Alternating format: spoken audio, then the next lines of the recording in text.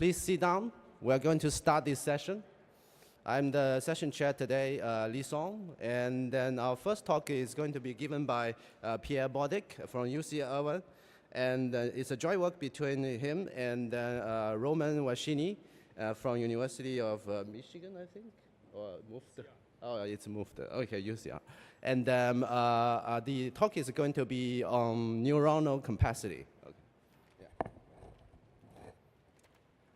Thank you. So I'm going to do three things. Define capacity in two different ways that are equivalent for neural networks.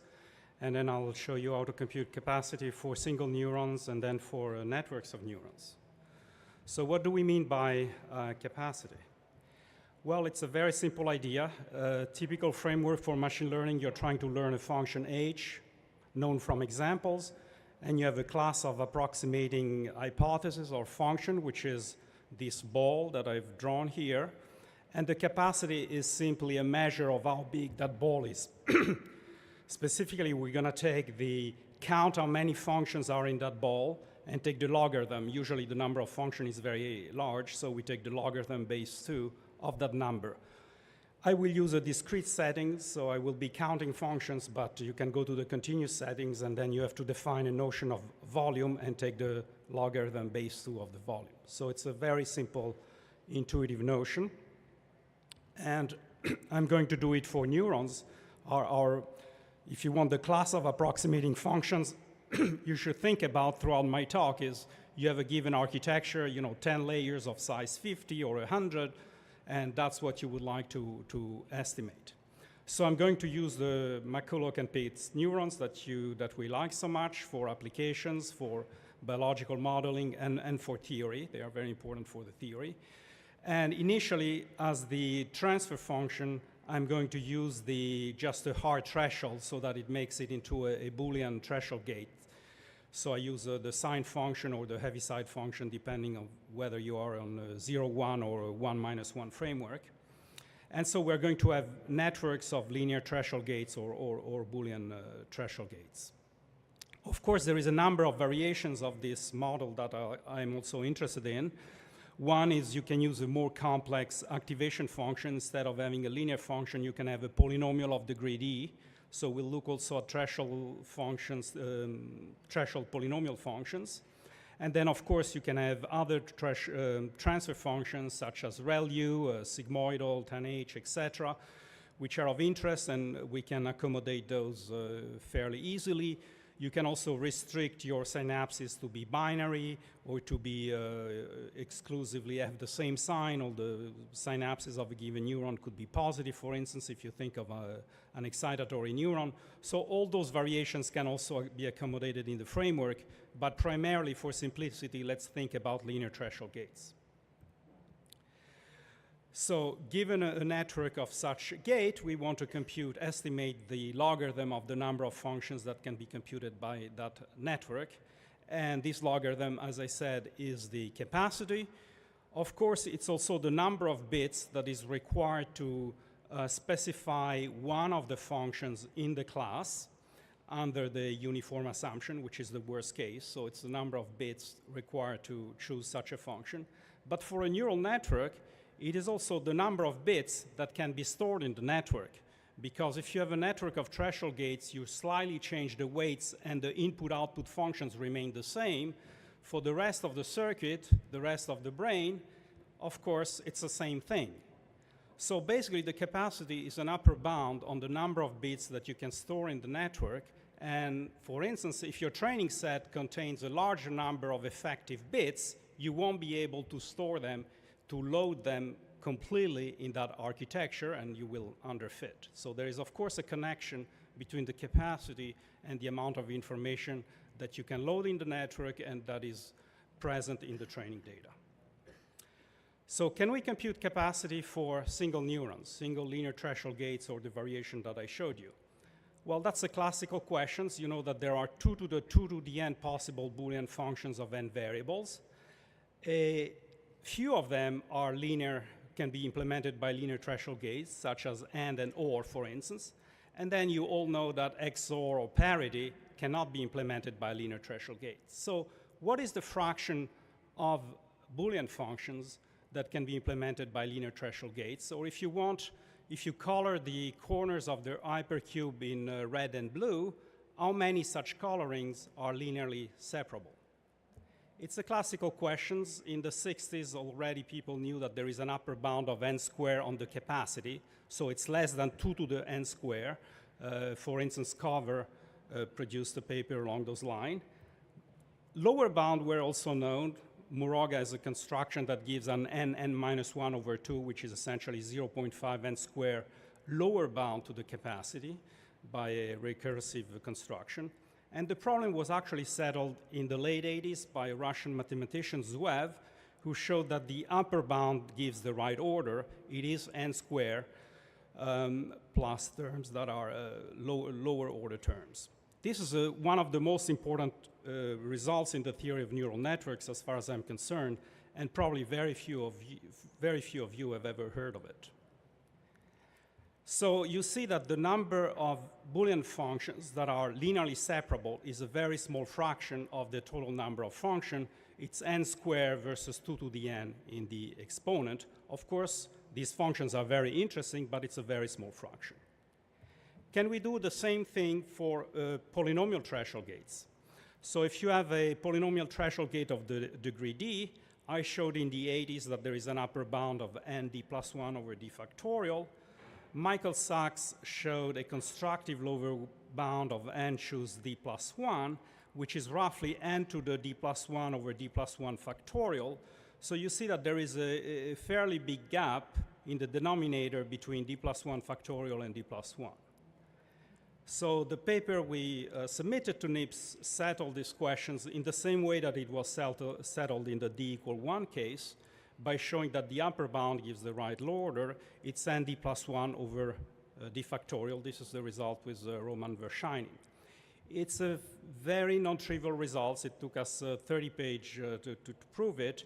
But basically, you have to take the theory of random matrices and lift it up to random tensors in order to prove these results. And you can do all kinds of variations. If the weights are binary, then you can see that the capacity is linear rather than being quadratic. If the weights have the same sign, the capacity decreases but stays quadratic in terms of the main terms. And if you use ReLU functions, then you can see that the capacity increases slightly but remains in the same order. It's still n squared. The way you handle ReLU, for instance, or 10H, is just you imagine that the circuits, all the hidden layers have ReLU functions, but the output layer you put threshold functions so that it's still a Boolean function and you count how many Boolean functions you have. So you get a nice stratification of Boolean functions by different classes, linear threshold functions, constrained linear threshold function, or polynomial threshold functions that have graded capacity, if you want. So that's all nice, but of course we don't care about single neurons, we care about networks. Can we extend the theory to networks? The first thing we looked at are fully connected recursive recurrent networks. You would think that those may be difficult. Actually, those are easy to handle. If you have n gates and each one has capacity n squared, it is relatively easy to show that the capacity of the network is n cubed. Same thing for polynomial threshold gates. You have n gates of capacity n d plus 1 over d factorial. You get n to the d plus 2 over d factorial. So we can handle fully recursive networks. And you begin to see something that is more general, is that the capacity for linear threshold gates and similar gates is actually a cubic functions of the architecture, the size of the layers, the number of neurons that you have in the layers.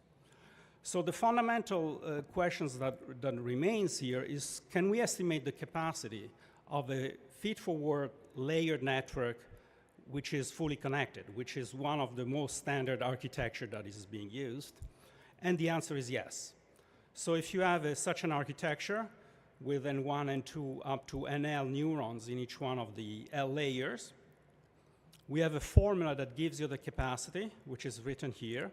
You can see it's a sum, which roughly is as big as many terms as the depth of the circuit. And each term of the sum is cubic, as I told you. And the kth term contains nk times nk plus 1, which is the number of parameters connecting layer k to layer k plus 1 in the fully connected case. And then there is this minimum term, which is the minimum of the size of the layers up to layer k, which is very important, and it comes from a bottleneck issues. That is, if you have a layer that is very small, it's going to constrain what the layers above it can do.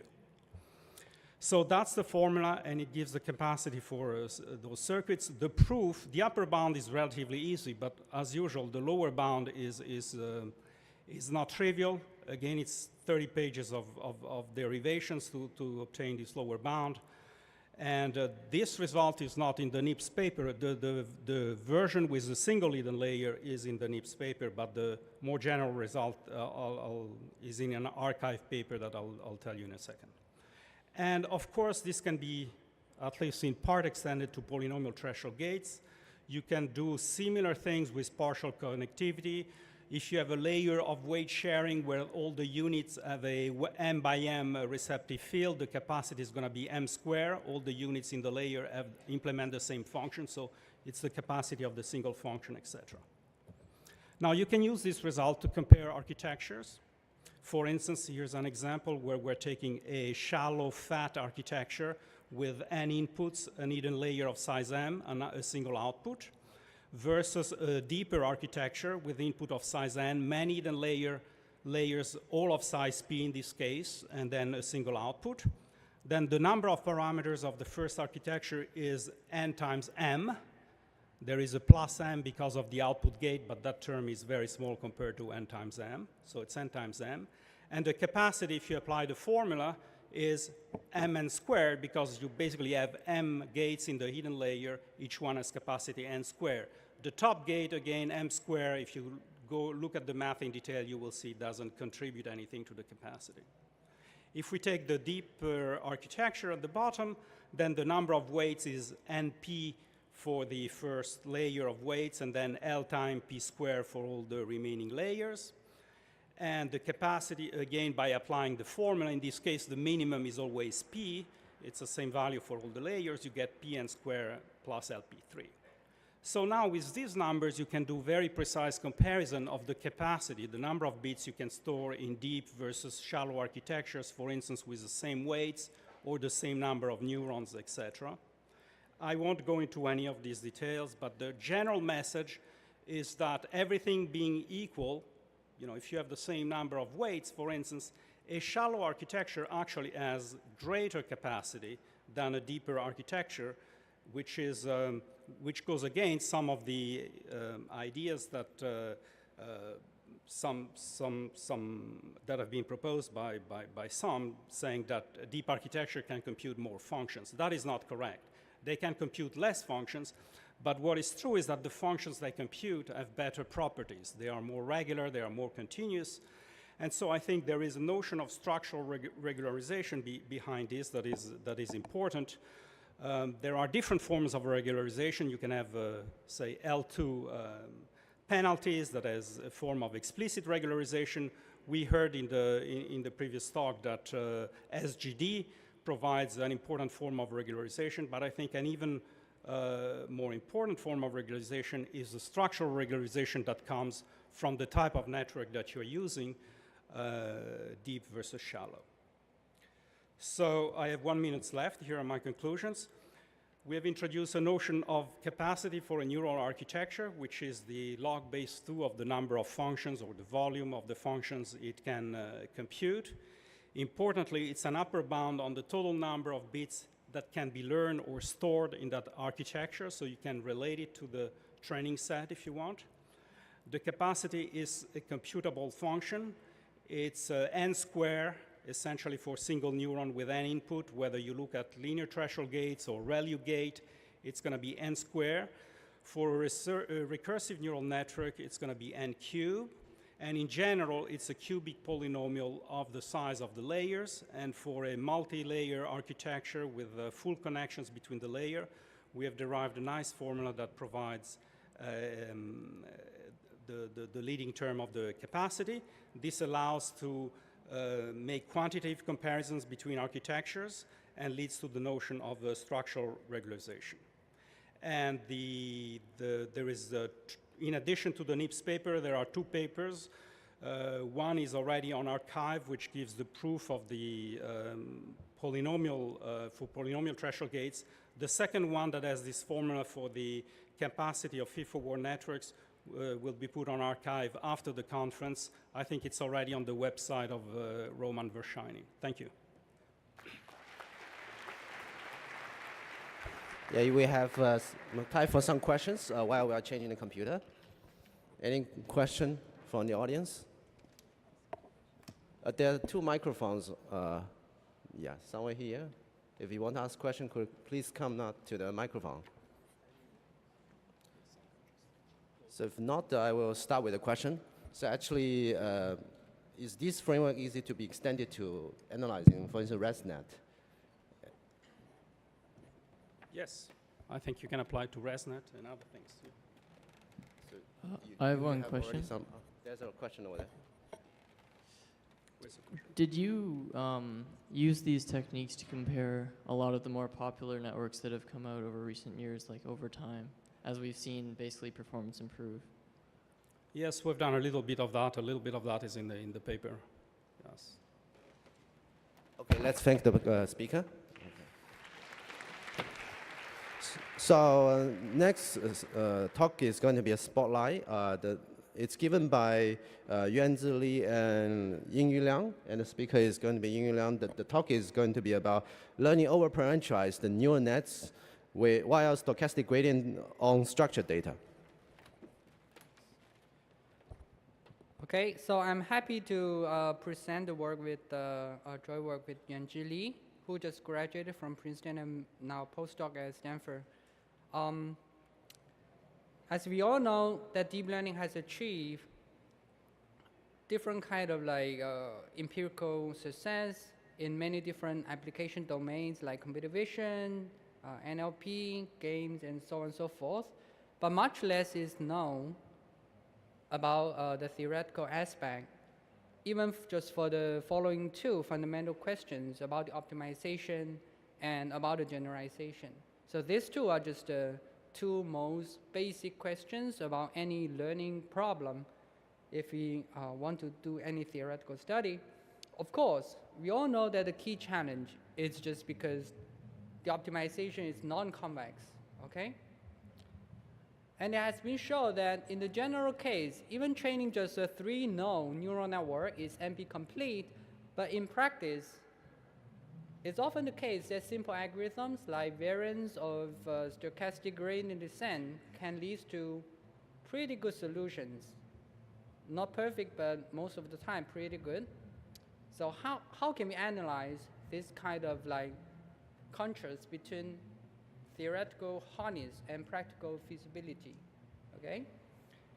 Turns out that there's some hope. Empirically, we have observed that it's easier to train wider networks.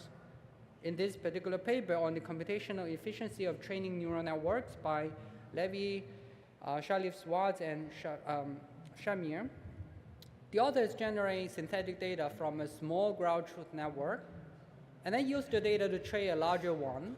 It turns out that if you use a larger network for the training, it converges faster, meaning that the optimization basically easier, okay? But of course, traditional learning theory says that if you use this kind of over-parameterized neural network, you need to worry about generalization. And then there's another paper that says that, okay, empirically, we don't have the issue about generalization. This is the well-known paper, Understanding Deep Learning Required Rethinking Generalization by Zhang, Benjo, Hart, and Barak, and Vinyas. So basically, they have this nice empirical observation that practical deep neural networks can easily fit random labels. So this basically means that the practical networks are also over-parameterized. When we apply the same architecture and also the same training method on top of practical data, we can get generalization. So it means that over-parameterization doesn't hurt generalization, okay? So this seems to be contradictory to the traditional learning theory. But more importantly, it means If we compare the two situations, the optimization can actually magically figure out the structure of the data, right? So this is just some black magic. It seems like a black magic to me, okay? So on one hand, when you have random data, it just performs memorization without generalization. On the other hand, if the data has practical structure, then the optimization leads to a good solution with generalization. How can it tell these two? Notice that the optimization is this, the training method is a simple variant of stochastic gradient descent. When we decide that kind of training method, we don't have this kind of distinction between the two situations in mind, but it can automatically do this kind of black magic. So is there a simple theoretical explanation? And we said yes, at least for the two-layer neural network case on data with well-structured data properties. So for the detail, please come to our poster 143. And I also would like to mention that we have a subsequent work that proved the same conclusion for much wider much more general settings for 2 and 3 layer neural networks and without the strong assumption on the data. It will be presented in a deep learning theory workshop. Thank you. Okay. Our second talk is going to be size-noise trade-off in generative networks. The talk is going to be given by Bottom Bailey, and then it's joint work with Matas Targaski. Okay. Can we? Hello. Thanks. So yes, this is work I did with my advisor, Matus Targaski. So a generative network is a way of modeling a distribution. You start with an easy distribution X. For example, you can have a vector of independent Gaussians or a vector of independent uniform distributions, and you put a sample from that distribution through a neural network G, and you get an output distribution. So the central question of this talk is, what can this output distribution Y be, depending on the size of the generator network and the size and shape of the input noise. So this is essentially a question of neural network representation power, which has been studied before. Universal approximation theorem shows that even shallow neural networks have great power. And honing in on the topic of generative networks, this paper on the ability of neural nets to express distributions expresses in terms of barren functions what some specific capabilities of neural networks. So our contribution gives some Wasserstein error bounds on the ability of neural networks. And our results fall into 3 regimes. So the n less than d regime, or when the input noise is smaller than the output noise. And in this case, you're trying to sort of amplify the input noise. We get tight error bounds, even for deep neural networks, that express that the error, or the best error you can get is sort of the form width to the power depth. And then the second regime, the n equals d regime, this is about switching between 2 different distributions of the same dimensionality. And we give some constructions that are polylogarithmic in the error. And then finally, we show an interesting result about how when you're going from a higher dimensional input distribution to a low dimensional output distribution, you can still have a benefit from more input noise. So in the first regime, we will say n is going to be our input distribution, and our output, n is the dimensionality of our input distribution, and kn is the dimensionality of the output distribution. And we'll go between uniform unit hypercubes. And we showed that the optimal error is width to the power of depth over k minus 1. So there's 2 components. There's a upper bound proof, which is essentially a space-filling curve construction. So if you're going to be approximating something closely in Wasserstein distance, you need to come near every point in the output distribution. So you're going to want a space filling curve from that. And so we show that this sort of iterated temp map construction works. And then for the lower bound proof, we use affine piece counting. So if you have a ReLU network, the function computed by that network is always going to be piecewise affine. And so you can bound the number of pieces that are possible in such a network. And then you can show that any function with that number of pieces, there are bounds on the error it can attain. So for the n equals d case, we stick with n equals d equals 1, so because that is a construction that can be parallelized. So going from normal to uniform, we get an upper bound based on approximating the Taylor series of the normal CDF. And then going from uniform back to normal, we get another upper bound based on inverting the first construction using a sort of binary search gadget. And then we also show lower bounds of size logarithmic in one of the error using more affine piece counting. And then just a final remark, even going from high to low distributions, you can use the Berry-SAN theorem to show that uniform distributions can approximate a normal better when there's more of them. Thanks.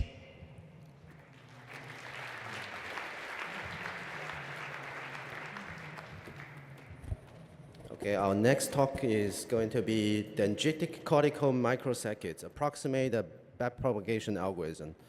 The paper is by Zhao, Sacramento, Rio Costa, and Yoshua Benjo, and Watan Sin. And the talk is going to be given by Zhao. Thanks. Okay. So error backpropagation, or backprop for short, is by far the method of choice for neural network learning. And I guess it needs no introduction in this conference. But this is not so in neuroscience. As a model for learning in the brain, backprop is generally thought to be implausible. So in this talk, I will present a neural network model inspired by features of neocortex that addresses some of the concerns which have made backprop seem unrealistic as a biological learning mechanism. So let us start by briefly reviewing backprop for an artificial neural network, a feed-forward network, under a simple squared error loss. Backprop consists of two alternating phases. On a forward phase, neuronal activities are computed, starting from an input pattern all the way up to the output layer of the network. Now, having collected all the neuronal activities, the error phase begins, where the network is revisited in reverse order. So now, starting from the top, output errors are computed, which for a squared error loss are just difference between desired targets and actual outputs multiplied by the derivative of the neuronal transfer function. And now, a remarkable property of feed-forward networks is that errors for the preceding layers can be obtained via simple recursion, from which weight changes directly follow. And this elegant procedure has been found, as we know, to work quite well very often in practice, and is the optimization tool of choice for neural network training. Not just supervised learning, as briefly reviewed here, but also in modern approaches to unsupervised and reinforcement learning. So, given its simplicity and wide successes in practice, we tried to see how far we could take backprop as a model for learning in the brain. And in doing so, we defined a wish list of desired features for a biological implementation of backprop. First and foremost, as we have just seen, backprop relies on precisely clocked forward and backward error computation phases, which to us seems hard to reconcile with neurobiology. We want a model that operates continuously. We want a proper neuronal dynamics. Second, it made sense to us to exploit the extensive feedback connectivity that is characteristic of Cortex to compute and propagate errors through the network. So we will be dealing with a recurrent network, even if the computations we want to implement could be implemented in a feed-forward model. Third, backprop requires precise weight transport because errors are multiplied by weight matrix transposes, which again seems hardly biologically plausible. However, recent work we will build upon has shown that this requirement can be relaxed. Quite surprisingly, in a work by Timothy Lillicrap and colleagues, it was shown that even random weight matrices suffice for non-trivial learning. And finally, we want to learn the weights of synaptic connections with a local plausible plasticity model, with a good learning rule. And so, to satisfy our requirements, we drew inspiration from recurring design elements found in Cortex. And the first aspect of Cortex we sought to incorporate in our model is the peculiar design of pyramidal cells, an abundant neuron in Cortex. Pyramidal cells are elongated in form and span multiple cortical layers. In sensory cortices, they receive not only bottom-up input coming from our senses, but also feedback activity from higher order brain areas. So we modeled pyramidal cells as compartmentalized integration units. And to a first approximation, we assumed that feedback activity is delivered to apical dendrites on the upper layers of cortex, whereas bottom-up inputs go to basal dendrites near the cell body. But just feeding back activities, as we quickly found out, is not enough to calculate a narrow signal. Roughly speaking, we need to compare current model predictions with activities that are closer to a desired target state. So we took up another cue from Cortex, namely the existence of a particular class of inhibitory interneurons, known as the somatostatin-expressing interneurons, which are known to preferentially target apical dendrites of pyramidal cells. This is their preferred target. And so we arrived at the following design. In our model, errors would arise out of a failure to cancel top-down input by recurrent local inhibition, which would be perpetually trying to silence the apical dendrite through learning. So recurrent local inhibition would turn error compartments into apical compartments into specialized error coding compartments inside the pyramidal neuron. And in the model, pyramidal cells would therefore integrate bottom-up predictions with top-down prediction errors. Our proposal is that such a motif is repeated recursively across brain areas, which we identify with common neural network layers in our model. And so the key to the encoding of errors in our model really is lateral inhibitory prediction. And this prediction is achieved by changing synapses to and from interneurons, the connections depicted in red in the diagram. The goal of tuning of the lateral microcircuit is, again, to cancel top-down input that comes from subsequent brain areas, subsequent layers.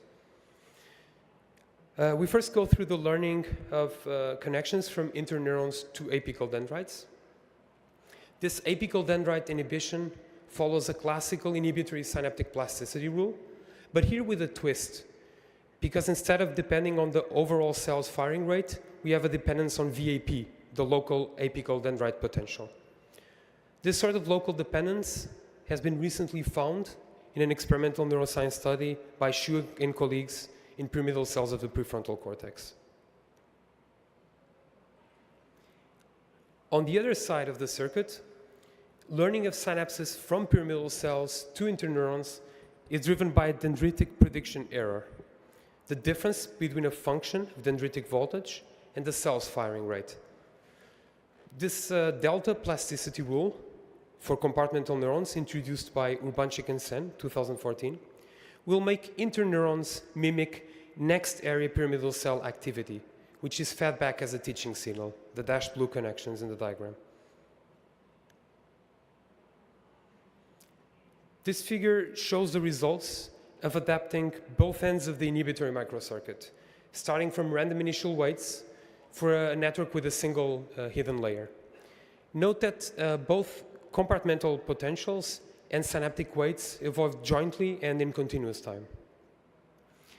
In the bottom row, in green, we see a succession of input patterns, just random input patterns, that initially elicit substantial apical activity, the gray trace on the left. After tuning of the microcircuit, according to the learning rules we just saw, This activity, this apical activity, is now mostly gone, as seen on the gray trace on the right. So the learning of the microcircuit has made the apical top-down inputs counterbalance bilateral inhibition, and we say that the network arrived to a self-predicting state. And now we're finally in position to present a learning rule for pyramidal to pyramidal neuron synapses, the connections in green, which we would ordinarily learn via backprop in a feed-forward artificial neural network model. Once again, learning follows a dendritic prediction error minimization principle. So just like for interneuron synapses, learning is driven by a dendritic prediction error, which here originates at the basal dendrites of pyramidal cells. Now, the mathematical analysis of the model considerably simplifies for self-predicting networks.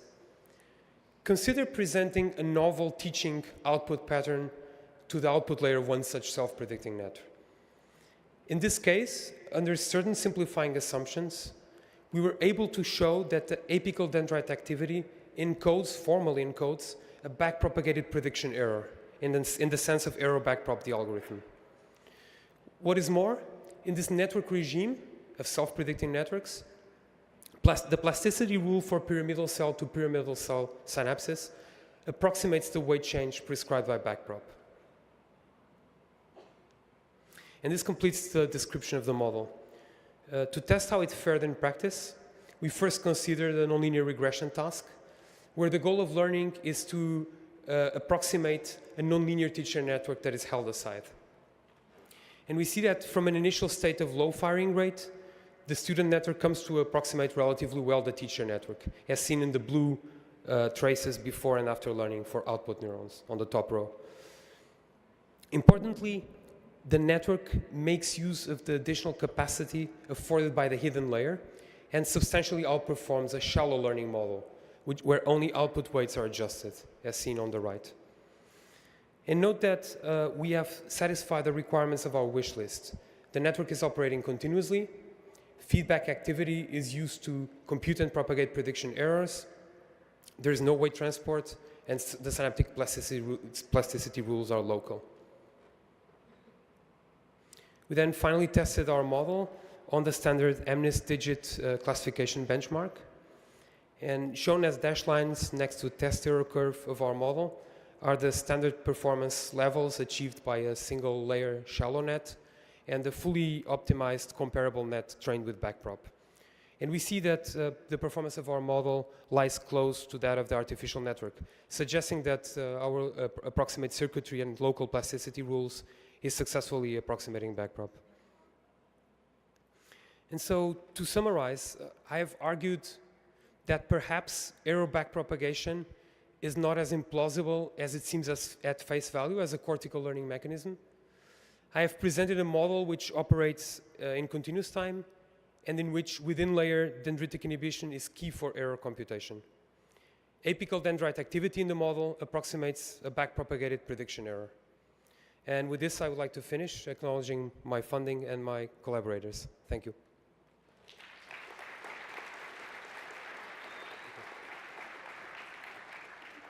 So we have time for a few questions. And any question? So I will start with one question. So I also know about Hebbian rule for learning neural net. How is this related to that kind of learning? So I think for many different people, Hebbian learning will mean different things. So this learning rule could be thought of as a Hebbian in the neuron's error and the presynaptic activity. But of course, we like to dig in a bit more, and this local learning is only possible thanks to the circuitry that allows for the propagation of errors. Yes. Any other question? Okay, if no more question, let's thank the speaker. Okay.